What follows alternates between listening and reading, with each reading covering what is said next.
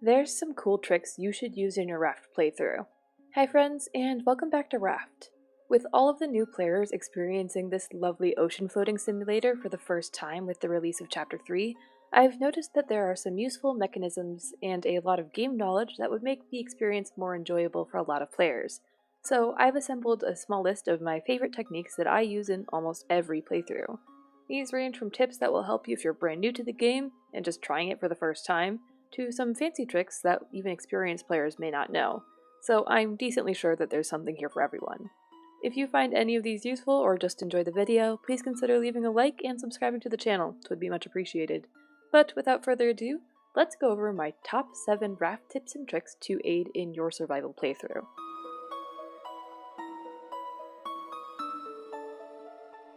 Seagulls are a particularly annoying enemy that always gets in the way of you enjoying your newly minted potato farm, but thankfully there are a few ways you can deal with them. The first and most obvious is of course the scarecrow. From the very start of the game, you can craft a basic scarecrow that will protect any crop plots within a 6-meter radius. The only problem is that these scarecrows have a limited durability, and they are annoying to replace when they inevitably break from an overload of seagull attacks. You could of course also use the advanced scarecrow from the trading posts that won't break, but then you have to work your way up to the trade tiers and it's still limited to the 6-meter radius, so let's go over some of the less obvious ways that you can protect your precious potatoes. First is the placement of bird nests. Of course, these cost giant clams to create, but it's certainly not that bad considering that you can find these at most islands and it's essentially their only use. If you place bird nests higher up on your raft, decently close to where your farm area is, your crops are mostly protected. Granted, this isn't a 100% shutout for seagull attacks, but it's a pretty resource-friendly way to do this and it's easy. But there are certainly more effective methods, like simply blocking the hitbox of your crop plot with another item.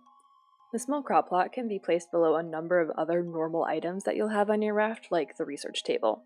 As long as there isn't a space for seagulls to land on the crop plot itself, generally you're good to go in terms of protecting your stuff. So small chests and stuff like the cooking pot are great for a small farm solution.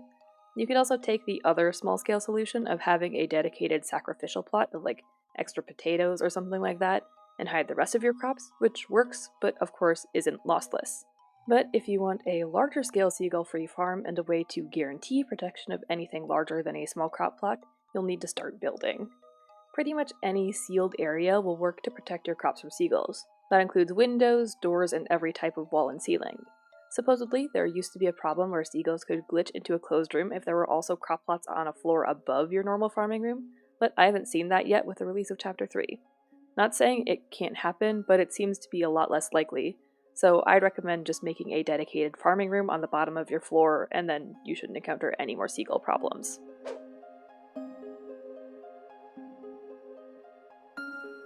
The other major threat to your raft itself is of course Jeremiah's regular attacks.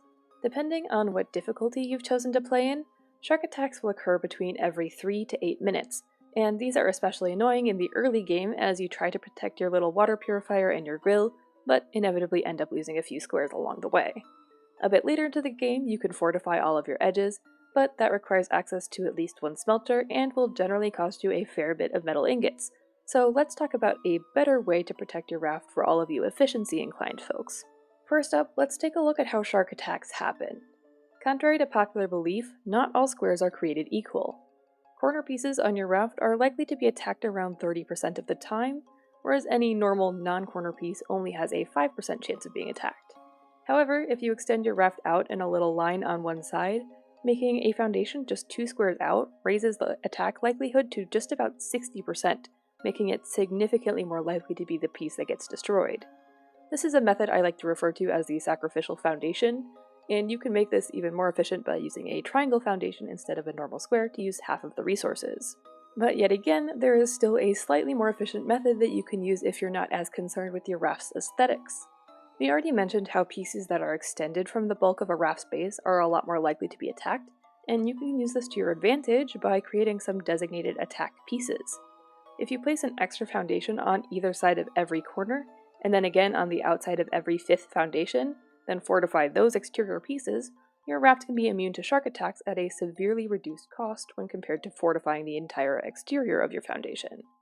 Just as a side note, only the outside needs to be fortified to be effective, so don't worry about fortifying the interior of your raft.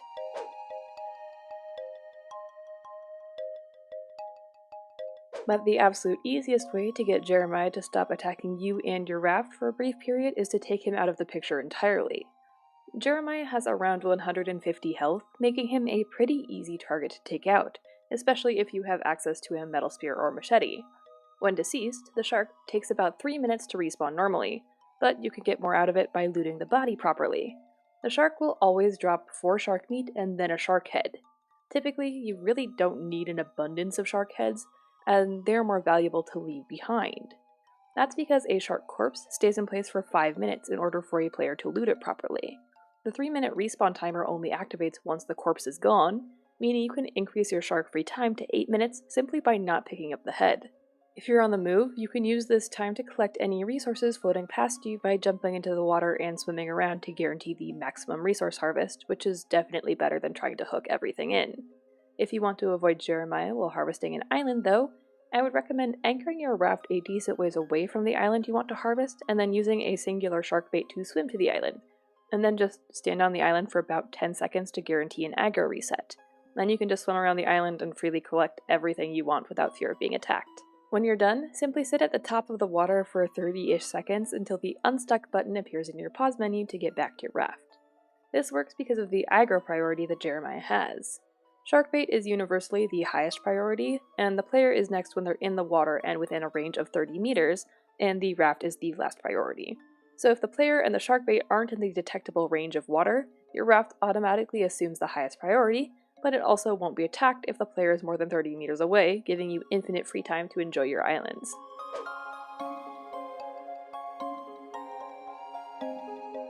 To make the most out of harvesting whatever islands you come across, you'll need a lot of tools, but to make better tools, you'll need smelters. To make your first smelter, you'll need at least 14 of each, sand and clay, to make 7 wet bricks. Once you have those bricks, you can slap them down on your raft and wait 5 minutes for those to turn into dry bricks. From there, research your dry bricks, wood, scrap, and nails, and then you can craft your smelter. The smelter is useful not only for turning that metal ore into the metal ingots that you'll need to reinforce your raft, but it's also nice to progress through the story and upgrade your tools as well, which is definitely one of the first things you should be doing. This is a very simple tip, but it's a major quality of life improvement once you convert all of your old plastic and wood tools into new shiny metal ones. Always have at least one full set of spare tools ready to go, and upgrade your tools as soon as you can. The difference in speed between collecting metal with a plastic hook versus a metal hook is all you need to see that this is worth your time. By creating a spare set of tools ahead of time, you'll also prevent the future annoyance of when you break your hook in the middle of an island harvest, and then you have to spend the time creating a new one instead of just grabbing it out of a chest and continuing on with your task. Again, it's very simple, but it is well worth your time to just keep an upgraded set handy.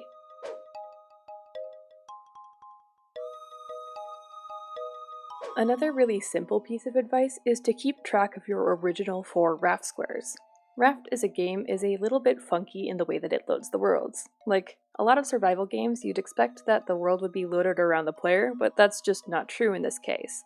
Your world is loaded around those little 4 squares. So all of the floating debris that comes in and all of the islands that spawn are directed around that raft center. This is especially important if you're one of the players who is interested in making the most out of the trash stream coming in, as again, it will always be centered around those original pieces. So keeping your raft even around the center is especially useful to know for how long your raft foundations will need to be. But if you want to build anything higher than your foundation level, you may be interested to know that you can make floating floors that don't require pillars every 2 squares that clutter up all of your inside space. This is one of the best known glitches in the raft community, but if you're new to the game, trust me, this is very useful. So when you build a floor in Raft, you're typically limited by your placement of walls and pillars to dictate where you can or can't place a floor. Namely, you can place a floor in the immediate vicinity of a wall or pillar, but not beyond that. Of course, horizontal pillars are a thing now, but those are expensive and a waste of materials when instead you could just make your floors float instead. My building block of choice to get my ceilings to the correct height is half pillars because you recoup all of the materials you spend once you break the pillars, but pretty much anything works, and cheap wood windows also recoup all of their materials as well. Once you've established your floor height, simply place a floor made out of triangle pieces instead of normal square pieces. This is just as costly in terms of floor resources, so there's no price difference in doing it this way. but you save on all of your support structures, because those can be destroyed afterwards. Then you're just left with a beautiful open space to decorate as you please.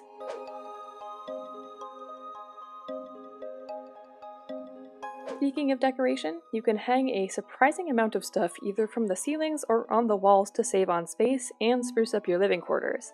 Things like small grills, small and medium storages, lanterns, tables, and more can be hung to increase your floor space and decorate your environment. Personally, I love using the large tables that you unlock through decoration packages to create aesthetic and compact storage solutions or make fancy seating areas when I don't have tons of floor space to work with. We can also make some aesthetic and functional areas by doing some simple things like placing sprinklers behind walls. If you read the Raft wiki or look for other information online, the only stuff you find is that the sprinkler waters a 3x3 area, and while that's true, there's a little more nuance than you may find useful. The first is that walls don't affect sprinklers.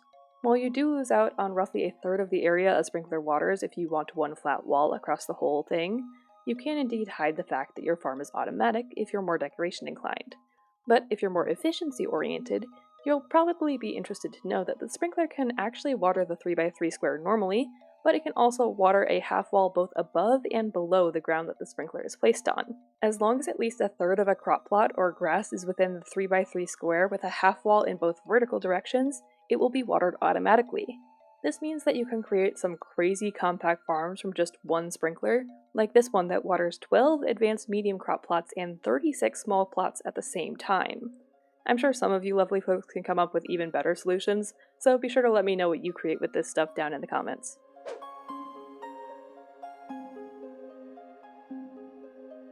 I think we're all in agreement that fuel and water pipes are a necessary evil to keep all of our mid to late game rafts running, but they are definitely a pain to work with. They're kinda ugly, they have weird hitboxes, and a strange placement requirement, but there's no other way to automate keeping your sprinklers watering and your engines running, so we have to have them. But what if I told you that there were some ways that I can make the whole piping experience a little less painful? There's actually a number of blocks that you can just go straight through with pipes, making them a lot easier to deal with.